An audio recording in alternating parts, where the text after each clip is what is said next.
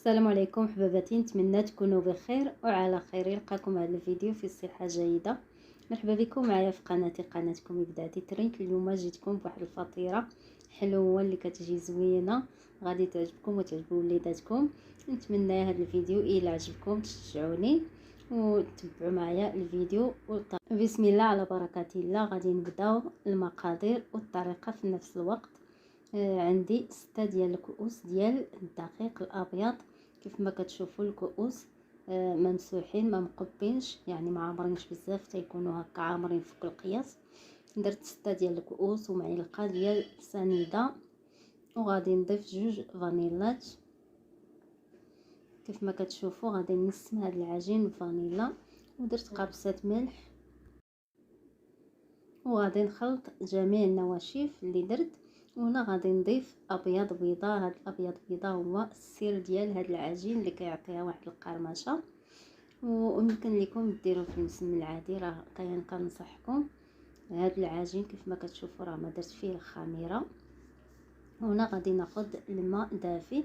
هنا كنضيف الكاس الاول، غادي نضيف الكاس الاول كامل، وغادي نضيف الكاس الثاني تدريجيا. الا باقي خاصني غادي نزيد في الاخير. غادي نقول لكم شحال هز ليا هاد الدقيق ديال الماء، وكنعجن شويه بشويه. كيف ما كتشوفوا انا كملت الكاس الثاني وزدت مازال واحد شويه، يعني تقريبا 2 معالق ديال الماء، يعني 2 كيسان وشي 2 معالق على حسب الدقيق والنوعيه ديالو.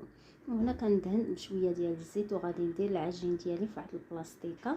قد ما خليتو هذا العجين قد ما كيدلك راسو، ما كتحتاجوش تدلكوه، وكيجي في الخدمه ساهل. غادي نخليه على الاقل واحد ساعه يرتاح على خاطرو ونرجع لكم. وانا خليت العجينه كترتاح، هنا كناخذ واحد الكاسرونه، كندير نص لتر ديال الحليب، وكنزيد 2 كيسان اخرين ديال الحليب. فاش غادي نصيب الكريمه باش غادي نعمر هاد الفطيره. وهنا عندي 7 ديال المعالق. درت 4 ديال الكريم باتيسري و3 ديال النشا، 4 ديال الكريم باتيسري و3 ديال النشا. ودرت كذلك 7 ديال المعالق ديال سنيده و2 اكياس ديال الفانيلا باش غادي نسم. وهنا درت واحد اصفار بيضه على حقاش درت النشا. الا درتو كريم باتيسري كامل بلا ما ديروا اصفار بيضه. وهنا كنخلط كامل هاد العناصر، كنخلطهم مزيان، وغادي نديهم فوق النار حتى تجمع لينا الكريمه ديالنا. هنا كندير واحد قابصه ملح تعدل لينا الذوق.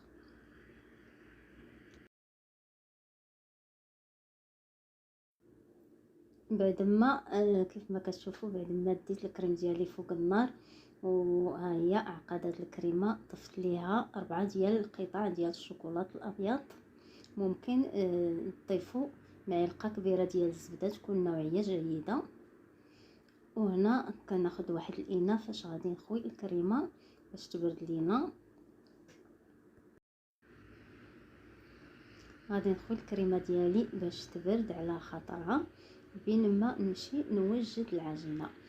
وهنا ضروري غادي نغطيها بالبلاستيك الغذائي، وغادي نحطو على السطح ديال الكريمه باش ما كتكونش لينا ديك القشره القاصحه. وغادي نخليها تتبرد على خاطرها. وهنا كندوز العجين كيف ما كتشوفوا راني خليته حتى ارتاح على خاطرو. كيف ما كتشوفوا كيكون بحال لاستيك، كنتحكموا فيه كيف ما بغينا وما كيعذبناش في الخدمه نهائيا. وكذلك كيجي مقرمش وكيجي بحال الورقه البسطيله في الفطيره ديالنا. هنا قسمته على 6 ديال الكويرات يكونوا من حجم بحال 6 ديال القطع. وغادي ندوز للطريقه.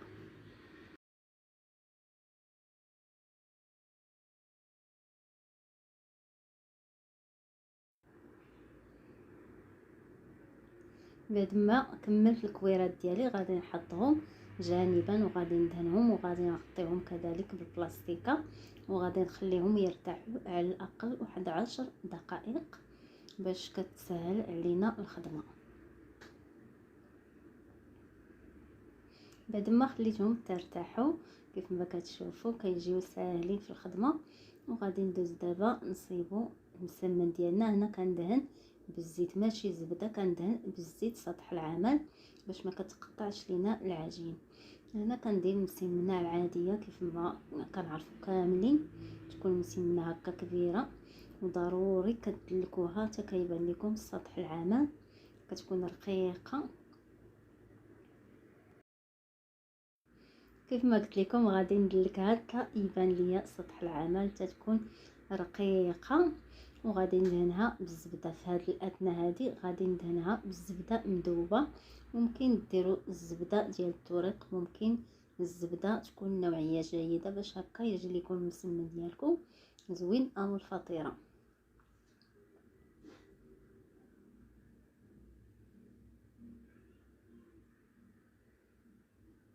كنطويها بحال هكا بحال المسمن العادي، وكندير الزبده، يعني كندير الزبده بالكميه اللي باس بها.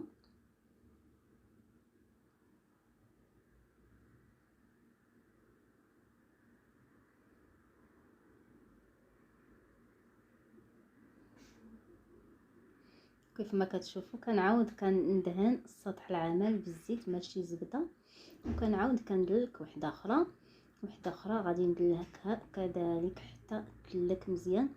وغادي نحط هذه وسط منها. نتمنى الفكره تكون واضحه وباينه.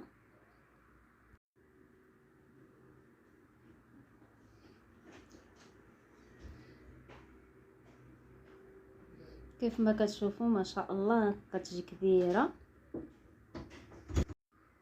بعد ما كملتها كيف ما كتشوفوا راني حطيت هذيك اللي سبق ليا وطويتها، حطيتها في وسط منها. وكما قلت لكم كنديروا الزبده بكميه لا باس بها باش تعطي لينا داك التوريق. وهذه الثالثه كيف ما كتشوفوا بنفس الطريقه. وغادي نخليهم حتى هما يرتاحوا واحد شويه، وغادي نزيد نكمل الطريقه.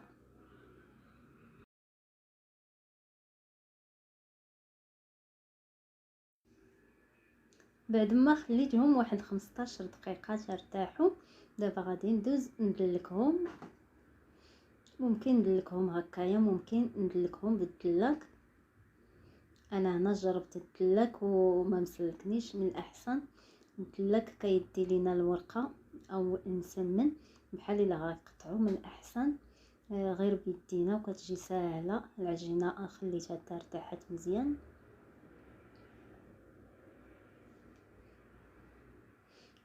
وهنا غادي ناخذ واحد اللاطه اللي فرشت ليها الورق ديال الطبخ، وغادي نحط فيها العجين ديالي كيف ما كتشوفوا. وغادي نحاول ندير هنا كندير واحد الحاشيه باش ما نضمن باللي الكريمه ما غاديش تخرج لينا. وهنا كناخذ الكريمه بارده، وهنا كناخذ واحد خلاط الكهربائي غادي نخلطها. غادي نضرب الكريمه كيف ما كتشوفوا حتى كترجع جاريه وكتجي كريمي بحال هكايا. ممكن تضربوها غير بالضرب اليدوي، كتضربوها مزيان ولا بالمكسور.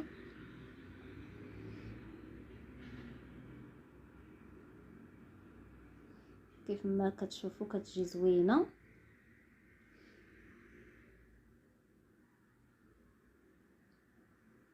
وهنا غادي نفرغ الكريمه. العشاق ديال كريم باتيسري راه كتجي هاد الفطيره راه اكثر من رائع.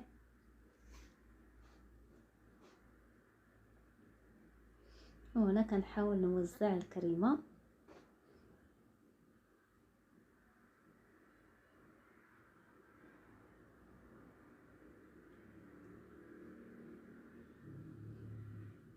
من الاحسن تفرشوا الورق ديال الطبخ باش يساعدكم بحال هكايا.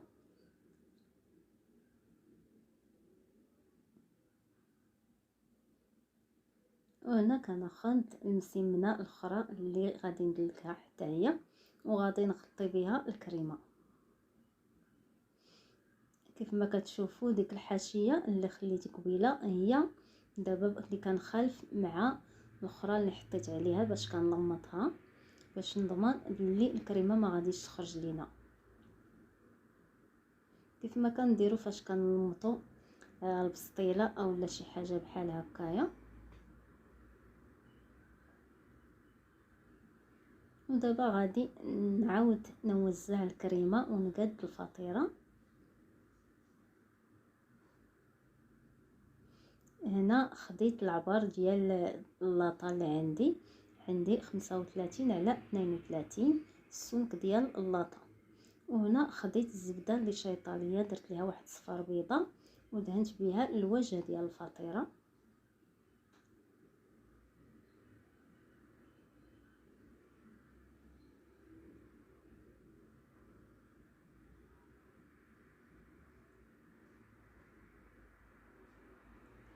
هنا كناخذ الموز كنقطعها بحال هكا. ممكن تقطعوها بالطريقه اللي نتوما بغيتو اولا ما بغيتوش تقطعوها كاع، غادي تقبوها مزيان بالفرشيط باش ما كتنفخش لكم وتخرج لكم الكريمه. انا هنا راه كنقطعها ماشي غير كنطرس، كنقطعها حتى كنوصل القاع ديال اللاطه.